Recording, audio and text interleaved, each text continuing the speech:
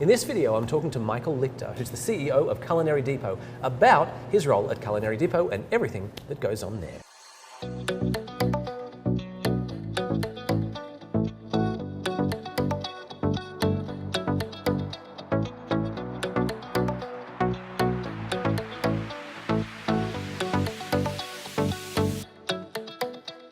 Michael, nice to see you. Nice to see you as well. So can you tell me a little bit about how you've wound up in this Culinary Depot dynasty? There are so many different facets to it. How did you come to be part of it? So the best way to land a job is to marry the boss's daughter. So that's what I have to do. I didn't realize. Are there any daughters left, or am I out of luck? There's two more. You still got a I've chance. got some windows. I'll have to tell my wife. It'll take a while. So you married? Yep. Married with 5 beautiful kids. Okay, fantastic. And tell me, what's your role at Culinary Depot?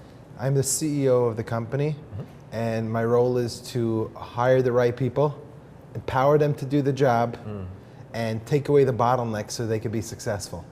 That sounds to me like, I feel like you've been speaking to Jacob. Yes, he's coached me very well.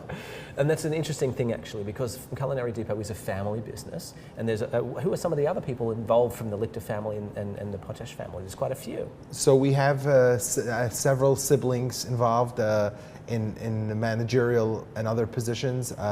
Moshe Potash is Director of E-commerce. Riva Zucker is Executive Sales, Contract Sales. Dovi Sofer is Director of Retail Sales. Eli Potash runs Government Sales. And Shlomo Pilchik is our Credit Manager.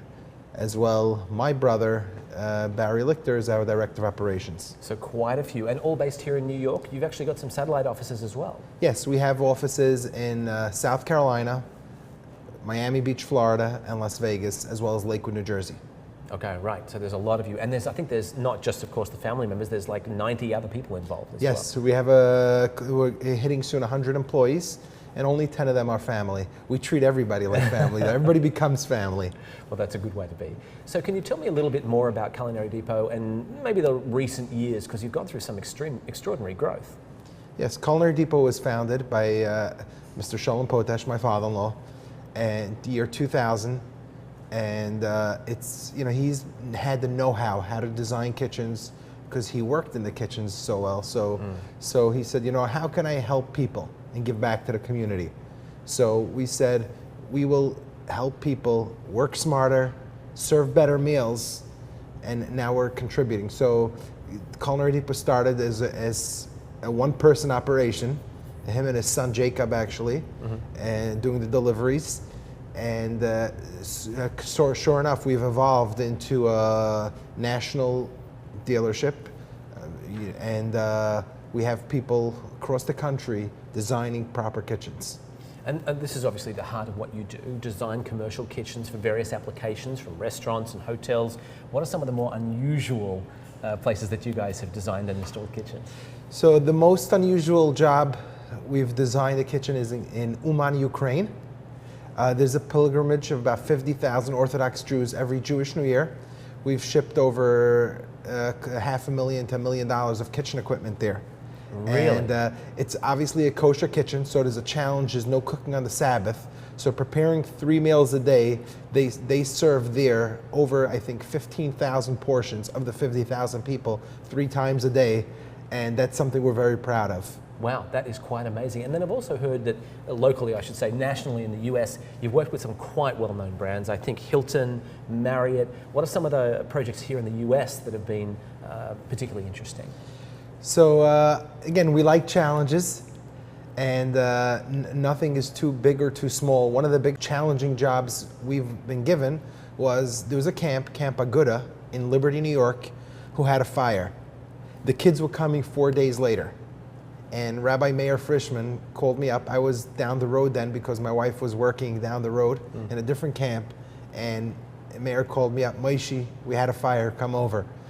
And we come down and the kitchen, the dining room is burnt down. He says, I'm gonna put up a tent so the kids can come. And what can you do?